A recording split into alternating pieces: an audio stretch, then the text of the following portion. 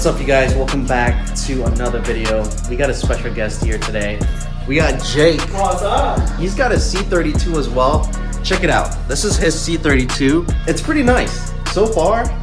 Don't lie to them. It's not nice. It's the biggest hunk of junk. Well, you just need a new motor, right? Engine again, yeah. Yeah. So. And the shifter that you don't look straight through to the ground. Dude, no way. Oh, it's yeah, that's right. It's manual swap. Yes. It's manual swap. So you guys go check out his Instagram. I think you've got content on there on your 32, not right? a lot. Not a lot. Just a few little things. Yeah. But nothing crazy. I don't really do the whole content creation stuff. Okay, yeah. But I was gonna say, you guys, Jake, super knowledgeable on the 32s, and I know a lot of you guys that watch the videos own a 32. Go check him out. Follow him on Instagram. Don't go blowing up his DMs, but if you've got great questions, you can go ahead and ask him. Hopefully, he answers, right? Yeah, I don't mind giving answers to people who have questions. Dude, no way. Did you roll the windows down? I did. Oh, okay. You know you can do that with the key, right? Wait, you did it with the key? You do that? Well, I knew that for the CLK, but... All Benzes do it. Okay, let me see. Do it again. Because that's dope. All Mercedes-Benz, since they started with power fobs and power locks and whatnot, if you hold the lock up against this IR sensor, if it works, sometimes it doesn't. It goes, it'll close all the windows and your sunroof. That is dope. And then opposite, if you unlock it and hold it, it'll open everything, including the sunroof. That's pretty cool. There's a few other brands that do it. Yeah. I don't know them off the top of my head. I think my CLK 500 did it. Yep, it will. Like I said, yeah, that's right. All Benzes. All Benzes that's right. after, I think they started it with the 140 chassis, the old S-Class from the mid-90s. Yeah. Basically, when they unveiled power locks with a key fob, they gave you the ability to lower and raise the windows with the fob. That's for cool. Summer. It's like called summer convenience, something like that. And it's for that reason. And if you had a convertible, Yeah. it'll actually open the convertible top with the key for you. That's right, yep. All right, you guys. So I didn't tell you what we're doing in this video today, but there's one thing I really need to get done on the E55. If you guys haven't seen last video, we did install new wheels. Check that out. If you guys are really interested in these wheels, go ahead and check that video out. I pretty much give like the whole full details on the wheels, the specs, and the tires I'm running. And the last thing to do now is to actually lower the car. Get it pretty like sitting pretty good, right? Yeah. Yeah, because right now, like, just looking at it, I'm like, The rear it's is missing great. one thing. The rear, in my opinion, is perfect. Do you think so? The front is a bit monster truck. The fitment, like, with your spacer and whatnot, the fitment is pretty good. The height is I'd say perfect because we don't know if it's gonna rub yet or not with this spacer setup. Yeah, I think I'm gonna take out the spacers, guys. Honestly, like I ended up putting the 10 millimeter. There was no spacer on there initially. I ended up putting the 10. It will look something like that because that's how it looked like. And I'm pretty sure if we lower it, it's not gonna rub without the spacer. Yeah. So once we lower this, we're gonna actually find out if this does rub. But The front, compared to the front, yeah. with how it sits right now, you can tell there's about a 2-finger gap between fender and tire, whereas I can maybe get 1.5 to 1. Yeah, honestly, that's 1 finger. Honestly, if we can get the front to 1 finger, I think I would like that. Okay. Yeah. If anything, We'll see what we can do in Star. Okay. I think you have a button there to raise it for your axle lift and whatnot. Does that actually change? The raise? Yeah. It may just go down a little bit. Okay. Typically, when you push that button, it goes to the highest point. So you think the highest point is gonna adjust from us just lowering it? Potentially. Yeah. These are typically pretty easy to deal with. Yeah. So this is what's called the Zentry system. So let me go back to the beginning here. Mercedes Swap Shop, who also tunes these vehicles, offers Zentry services. So you can actually buy your own Zentry if you have a Mercedes-Benz or if you have a fleet of Mercedes-Benzes and you don't want to take it to the dealer for these specialized scan tools. Totally worth it. It is so worth it. I bought it and I've used it so many times. Actually, at the shop that I work at, we're using mine because mine works the best out of all the other ones. Okay.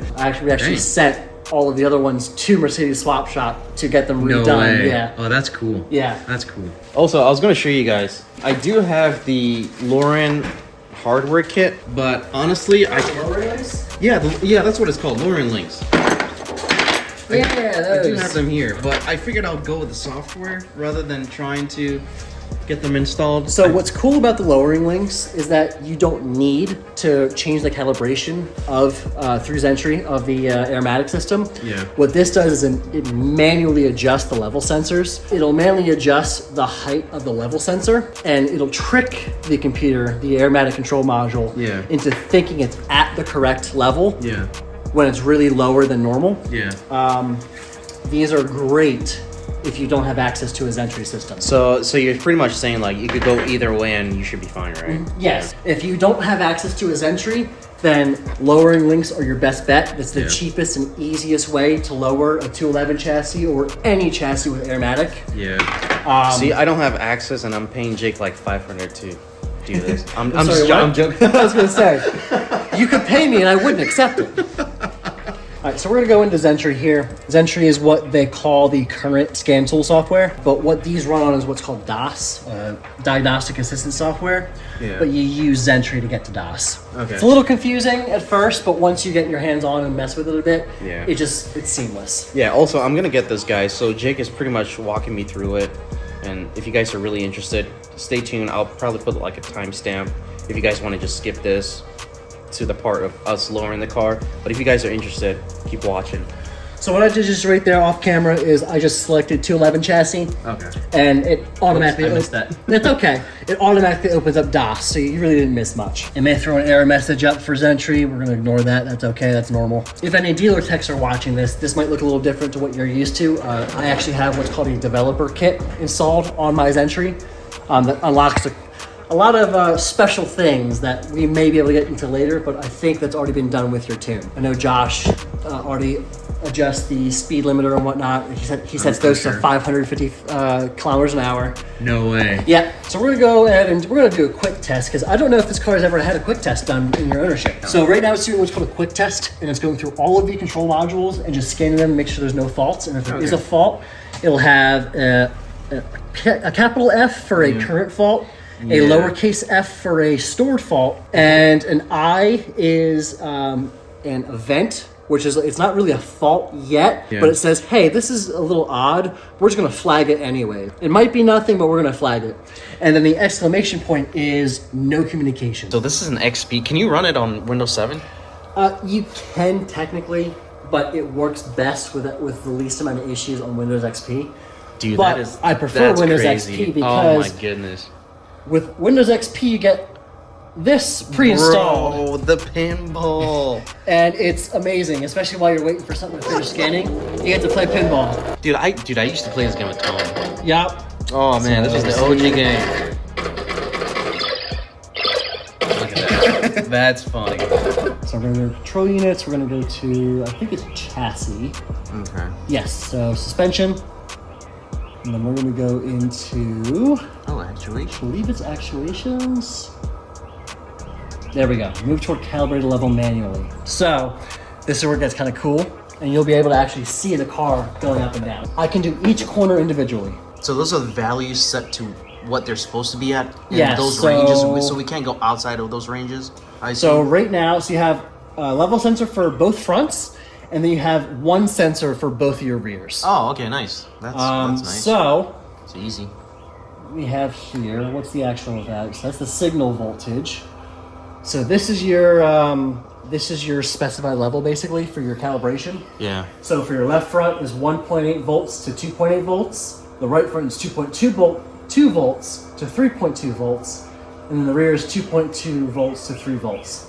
So right now we're at 2.2 volts for the left front, 2.3 for the right front, and 2.98 almost 3 for the rear. So we'll start with the rear. All right. We're going to go F8, which will lower the rear, so if you watch back there. Oh, that's cool. Let me know when to stop. Stop. Okay, I let go. It's still going. Oh, that's fun. Had a communication error. So it's going to continue to lower. Give me 1 sec. F7. Let me know when to stop. Okay. Are you lifting it right now? Yep. This is cool, guys.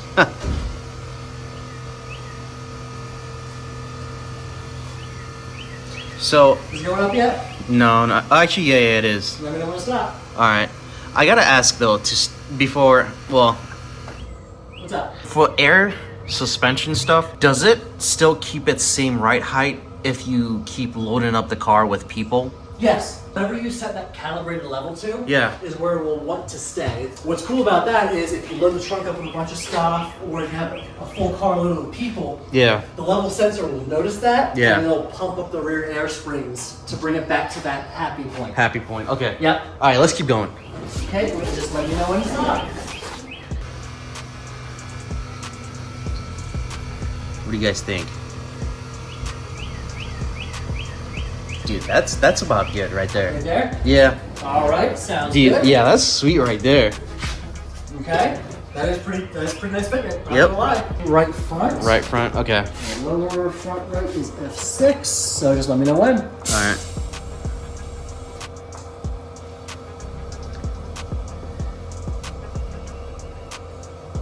That's perfect right there. Right there? All right. Yeah, I like that. I mean, what do you guys think? Or you think we should go a tad bit lower? I feel like a tad bit lower, maybe. You got about a finger. I'd say that's good because you got to remember you got to have that clearance for if you go over bumps and whatnot. Oh, because it's gonna still. Yeah, because if you air this thing out all the way, it'll still drive. Yeah. But your fenders will turn to bacon. Yeah. I don't want that. Yeah, exactly. Yeah. No. All right, let's keep it like this. Yeah. Okay. So nothing too crazy, just OEM plus. Perfect. So let's go ahead and go over to the other side there, and then let me know when. All right. All right, that's about good. Right there? Yeah. All right, let me take a look. I have a feeling it went a little bit lower than. So it's a little bit lower. It's a little bit, yeah. That so one. We'll raise it up a bit. Okay. Even. Lift front left is F3. Is it moving? No, not yet. It's probably pumping. It's moving now. Okay, let's keep it there for a sec. So we need a little bit more. A little more. That's about, yeah. I'm gonna say about, or maybe a little bit more probably. Just a little bit more. Yeah. Dude, this is pretty cool. So, what is the right front sitting at? The right front is at exactly 25 inches. What are we at? A little bit higher. Oh, really? Okay. Yep, so go ahead and press F3. Uh-huh. And I'll let you know when. So hold on to it. Yep. All right, let go. That's cool. Yep, about a finger and a quarter. Okay, cool. Perfect. So rear, we can measure. Rear, the rear goes oh, yeah. together. So it's already lowered. Yes, the rear is equal on both sides. For whatever reason, it looks higher on this end. There's only one sensor. Yeah. For the rear. For the rear. Dude, guys, check that out. Oh, dude, that looks so good. So you may actually have to drive it for it to even out the rear. Oh, okay. Because right now it's happy right now. Yeah. But this hasn't been driven yet, so it still is kind of unloaded, even though it's been sitting here. Yeah. Take around the block and see what happens with the levels and whatnot. Yeah. And then you can see what we can do further from that. I'm so geeking out right now. It just looks so good because I'm so used to just like coilovers and have to take the shocks off and then adjust, and then this you just plug in the computer and it's like boom, there we go. Versus also using the Lauren links, you got to take the wheels off and all that. This is just like done. Dude, I like that fit, man. Oh, it's going back up. Did it not save it? Interesting. But the rear, it saved it. It didn't go up. Okay. Interesting. All right, we'll try again. Honestly, this fit, even that doesn't look too bad. Hey guys, this is where we're at. Initially, what we had was below the threshold or way above threshold, you would say. So when you're going through star to set the calibration level, there's a set voltage level that you can't exceed above or below.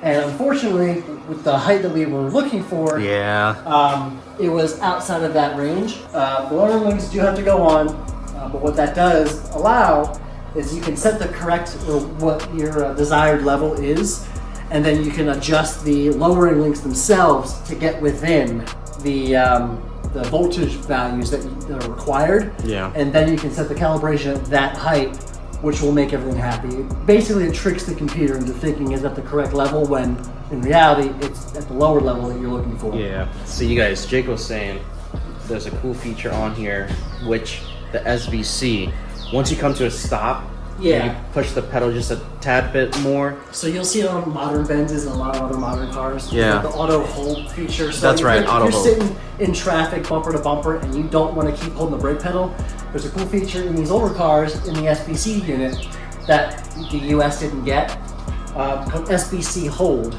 And when you do that, it's you just give it a quick, when you're at a stop, you give it a quick extra push to the brake pedal and it'll hold you in place until you hit the gas pedal again.